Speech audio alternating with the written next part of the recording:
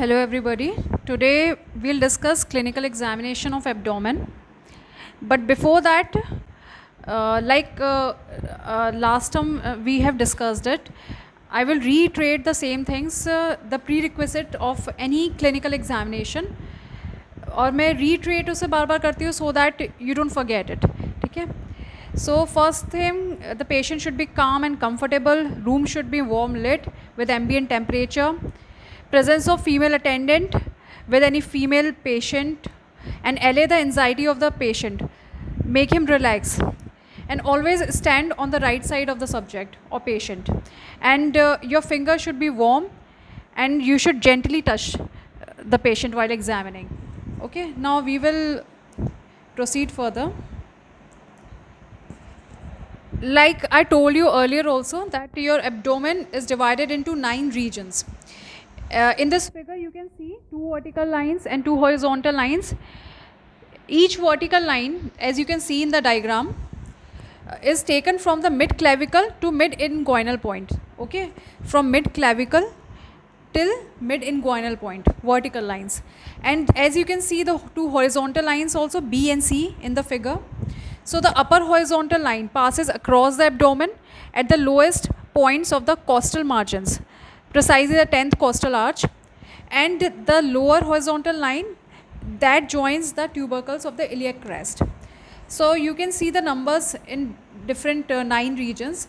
The first one you can see in the figure is known as right hypochondrium. Hypo means below, chondrium. Okay, so this is right side is right hypochondrium, and left side will be left hypochondrium, number 3. And second one is the epigastrium. Epigastrium, above the gastrium. So this is epigastrium. Third one is left hypochondrium. In the middle of the abdomen you can see number 4 is right lumbar, because it is on the right side and the lumbar region. Then middle one is the umbilical region, and 6th one is onto the left. This is left lumbar region. In the lower abdomen you can see 7th region is right iliac fossa. 8th one is hypogastrium. This is also known as suprapubic region. So do not confuse between the two. Both are the same thing. So 8th one is hypogastrium, and 9th region is left iliac fossa.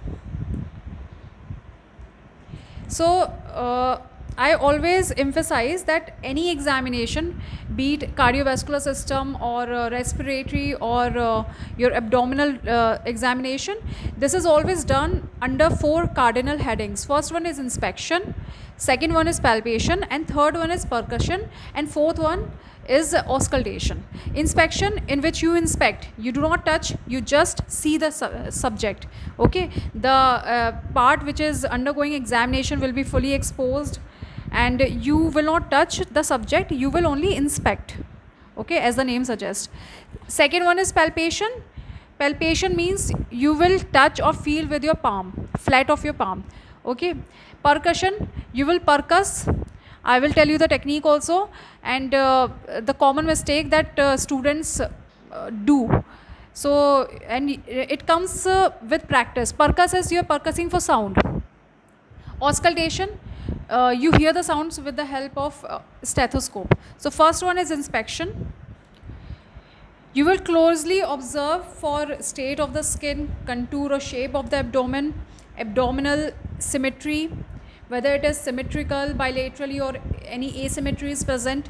Umbilical, what is the shape of umbilicus, movement of the abdominal wall, visible pulsations, or presence of any prominent veins or any hernial orifices. You will only inspect for these.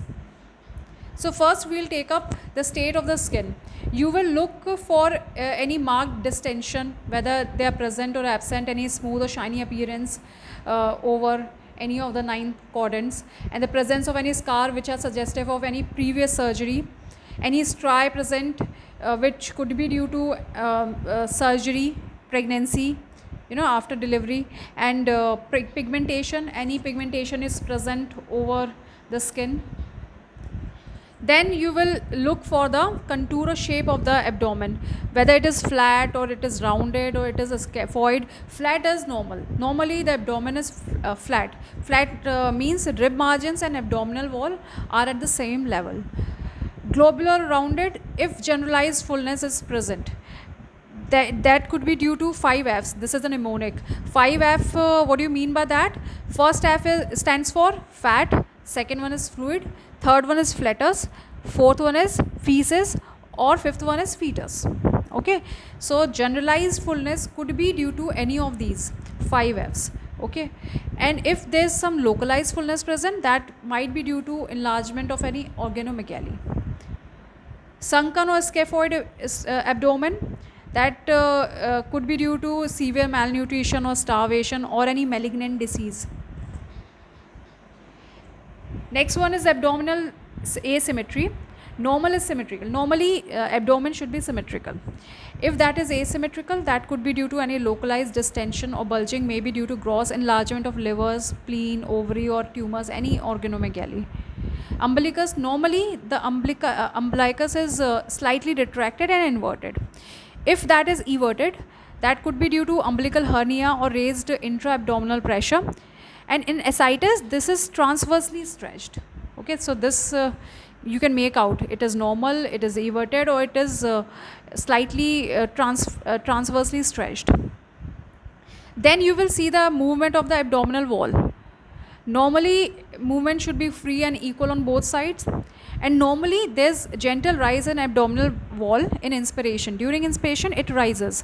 And during expiration, this falls. The expiration, it falls. Inspiration, it rises gently. If the opposite occurs, that could be due to paralysis of diaphragm. And if the movement is absent or markedly decreased, that could be due to generalized peritonitis. Look for any visible pulsations. Epigastric pulsation of the abdominal aorta are frequently visible in nervous or thin individuals. And visible peristalsis is an indication of pyloric or small and large intestine obstruction. And peristalsis is best elicited by patiently observing the abdomen for some time. You will also look for presence of any prominent veins. Distended veins around the umbilicus signify portal hypertension, and distended veins on abdominal wall and chest appears in patients with obstruction due to inferior vena cava. You will also look for hernial orifices. So now coming to the palpation. See, method first year method is fundamental. Okay, so you should always try to do it correctly.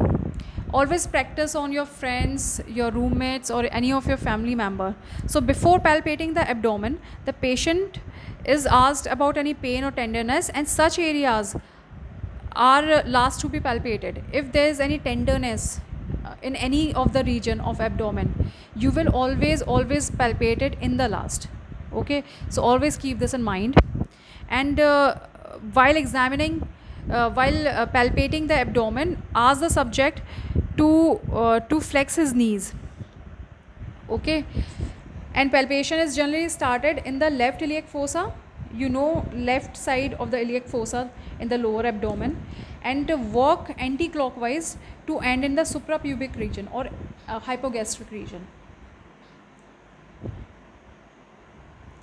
And be precise with the protocol, that right hand is placed flat on the abdomen, and the relaxed hand is molded to the abdomen, not placed rigidly. So you should never poke your fingers in the abdomen. So as you can see in this figure, I have taken this picture from Hutchinson, and you can clearly see what is correct method and what is incorrect. So you can see incorrect method is you're poking the finger into abdomen, which is incorrect. And the correct method is the hand is held flat and relaxed and molded in the abdominal wall, and you will feel doughy feeling while palpating the abdomen. So this is the correct method. And you will palpate for the temperature. You know how to palpate for the temperature from the back of your hand. Okay, and you will also palpate for the tenderness, and while doing so you will always see the facial expressions of the patient. If some region is tender, you can clearly make out that with the expressions. So always look for the expression while you are palpating for the tenderness. You will also palpate for the organomegaly, liver, spleen, kidneys, and so on. So one by one we will read it, and we will see the demonstration also. Okay. So first one is liver. So you can see in this picture also, palpation of the liver starts in the right iliac fossa and then gradually worked up to the right costal margins. As the patient inspires deeply, fingers are pressed firmly inwards and upwards, and normally liver is palpable only when it is enlarged. Okay. And there are several conditions in which you observe the hepatomegaly. Also in case of a spleen, see, liver is on the right side and spleen is on the left side. And while palpating for the spleen, you will start it from the left subcostal margin. The spleen enlarges downwards toward the right iliac fossa, and the spleen is palpated along an oblique line, starting from the right iliac fossa towards the left subcostal margin. And you will place the palm of the right hand on the right iliac fossa, lower and to the right of the umbilicus, with fingers close to each other, pointing towards the left subcostal margin. Normally the spleen is not palpable until it is enlarged. So now we will see the demonstration. But when we have completed the inspection, we will proceed to the palpation. The palpation, first we palpate for the temperature. And how we palpate it? From the back of our hand. Then we will look for any tenderness, and what we do, we palpate all the 9 quadrants.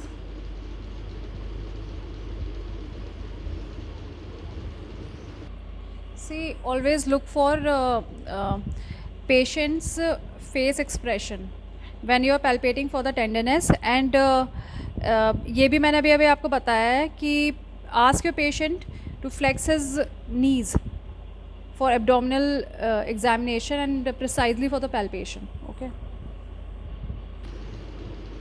So this is how we palpate for the tenderness. Then for organomegaly, we will palpate first for the liver, and we palpate. Liver is on the right side and spleen is on the left side.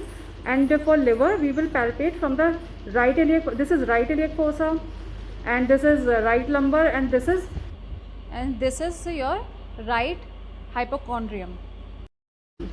So first we will palpate from the right iliac fossa like this. So while palpating, we will ask the subject to breathe deeply. भैया गहरी गहरी सांस लेना. And we will move up by 2 centimeters. And here, if there is hepatomegaly present, you will feel the border on the index finger, border of the index finger. So this, if organomegaly is present, if hepatomegaly is present, mild, तो 2 fingers तक होगी. And this, if this is 4 finger enlargement is present, then this is known as moderate. And this is, if this is more than 4 fingers, then this is a severe hepatomegaly. And for spleen, as we know that spleen is a left-sided organ, there are 2 methods, but most commonly used one is oblique. So we will palpate for the spleen obliquely. भैया गहरी गहरी सांस लेना.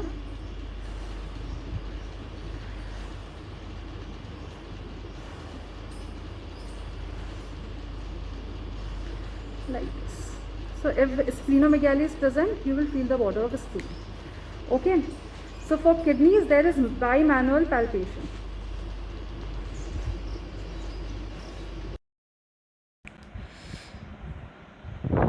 So as we have seen in the demonstration, so palpation for the kidney is done by bimanual palpation, means you employ both the hands. So for the left kidney, whether it is left or right, you will always place your left hand in the loin region, and you will employ your right hand for palpation. Okay. So while you ask the subject to inspire deeply, what will you do?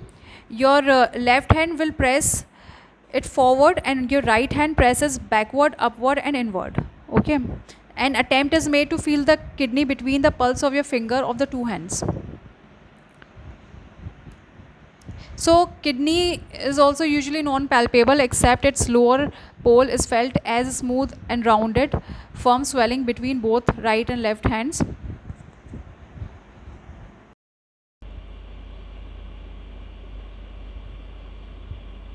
Okay, so bimanual palpation for a knee mode.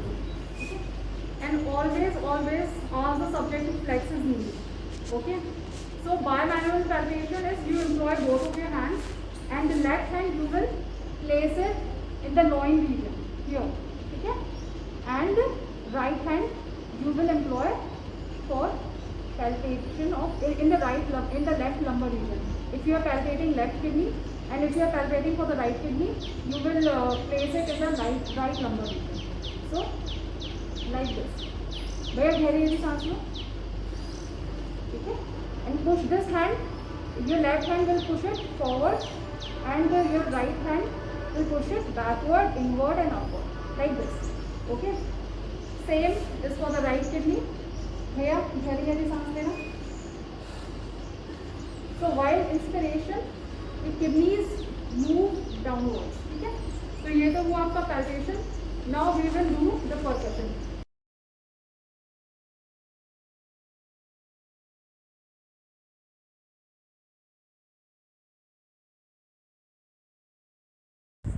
Now moving on to the percussion.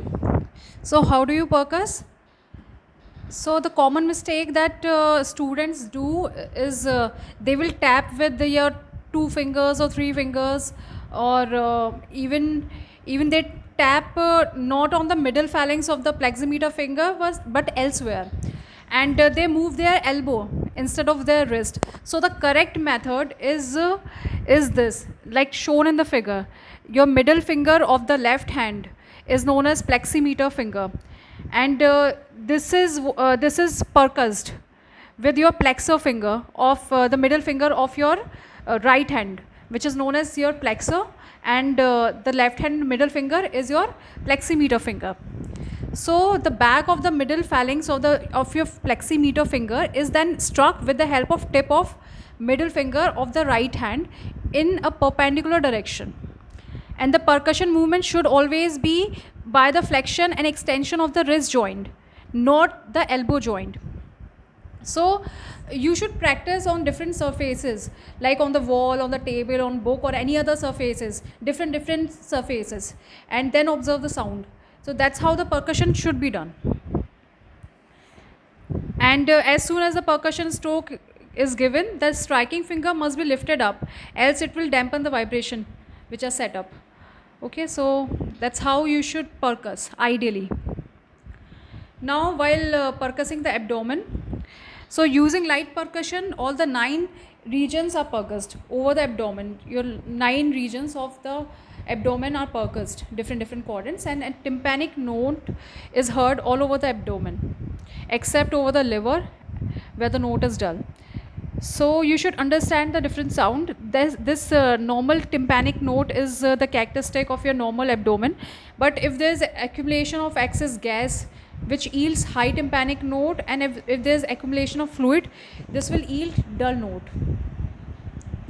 So first you should look for the percuss for the boundary of the liver, and while doing so you should move vertically downwards from the 4th intercostal space where the note heard is resonant because of presence of lungs, and later on in the 5th intercostal space the note becomes dull.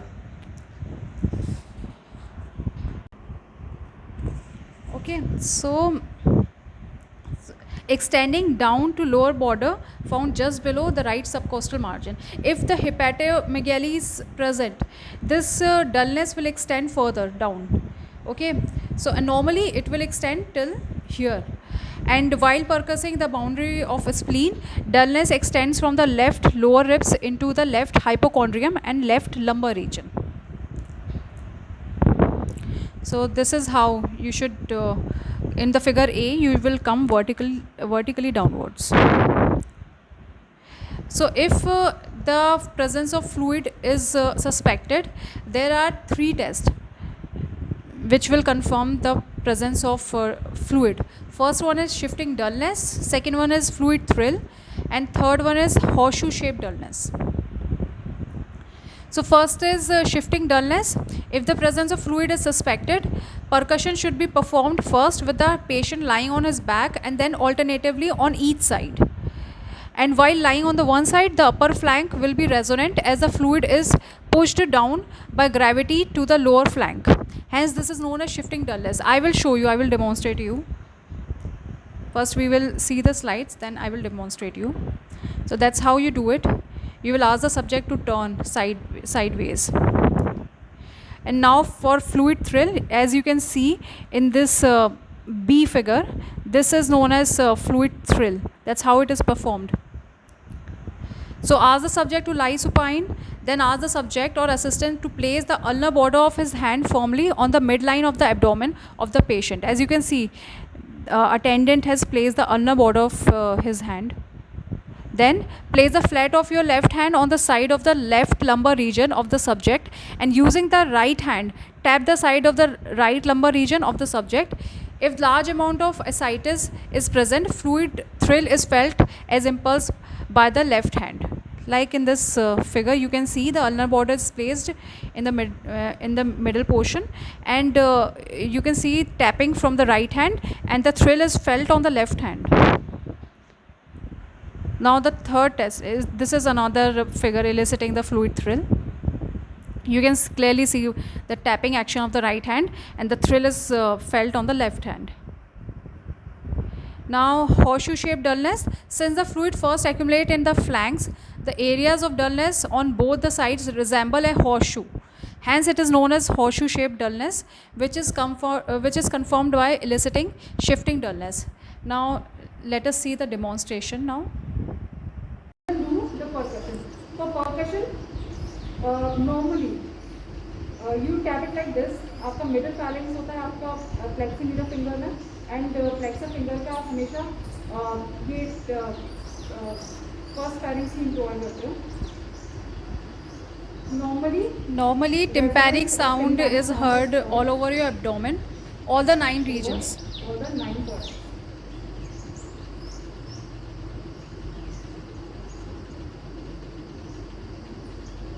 घर पे करके देखोगे आपको सुनाई देगा, खुद भी करके देखना. And upper border of the liver, आपको पता है फोर्थ इंटरकॉस्टल स्पेस आप कैसे ढूंढते हो, ठीक है. Second intercostal space, third intercostal space and fourth intercostal space, ठीक है. फोर्थ इंटरकॉस्टल स्पेस में आप रेजोनेंट साउंड इज हर्ड, फिर उसके बाद dull sound in fifth intercostal space, and if no, तो यहाँ पे आपको वही normal resonant sound is heard. तो आपका जहाँ अगर हिपैटोमेगाली है, the dull sound will extend vertically downwards, and you will see vertically. And normally you hear tympanic sound. You will feel for the upper border of the spleen.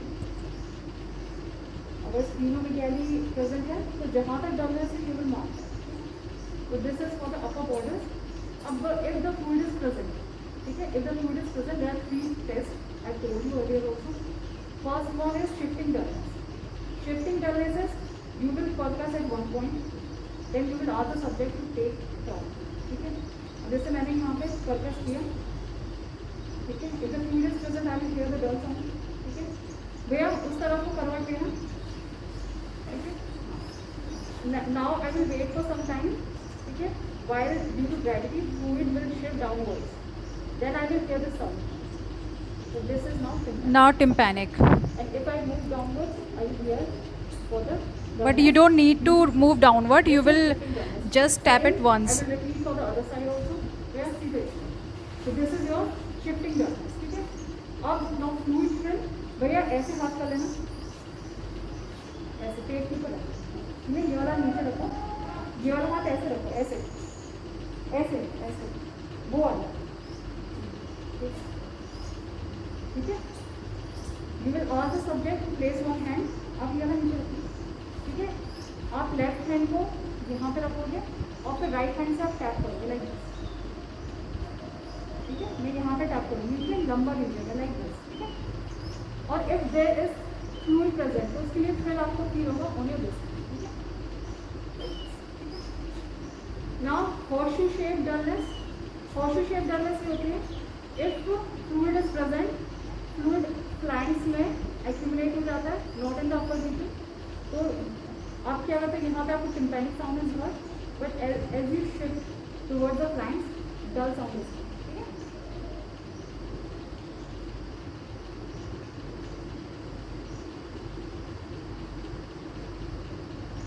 ठीक है, same you will repeat for the other side, other side.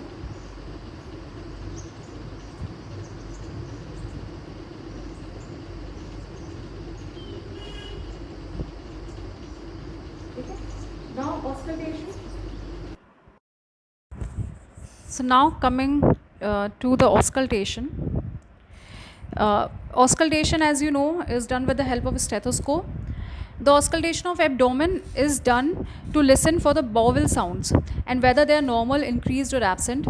And for detecting the bruits in aorta and other abdominal vessels, stethoscope is to be placed on one side, usually just to the right of the umbilicus, and kept there until the bowel sounds are heard.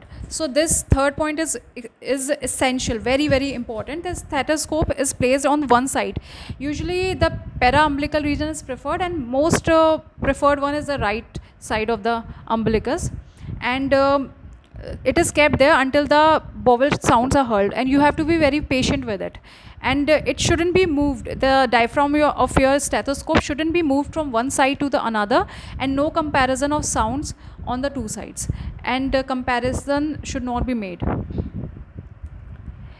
And normal bowel sounds are heard as intermittent gurgles, low, medium pitched noise or tinkles, and you have to be very patient. At least you can wait for 1 or 2 minutes for this. In gastrointestinal obstruction, these sounds are exaggerated, increasing in intensity with waves of the pain.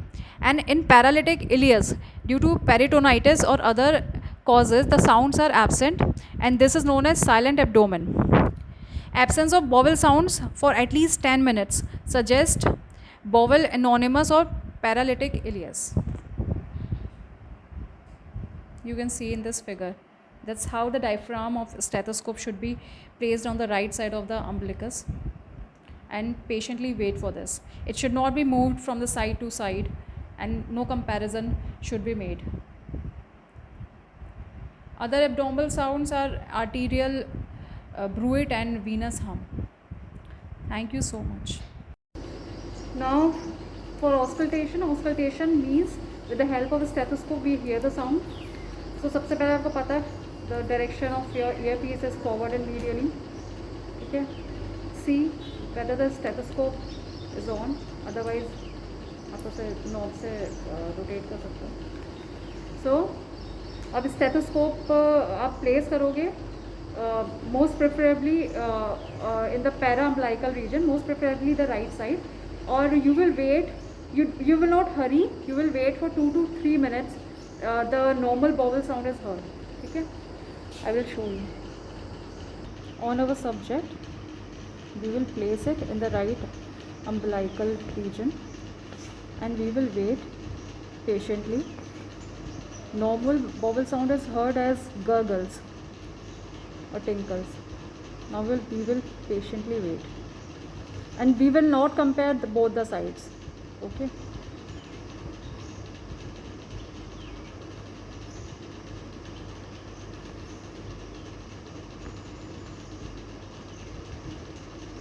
Okay, I hear the normal bowel sound as gurgles.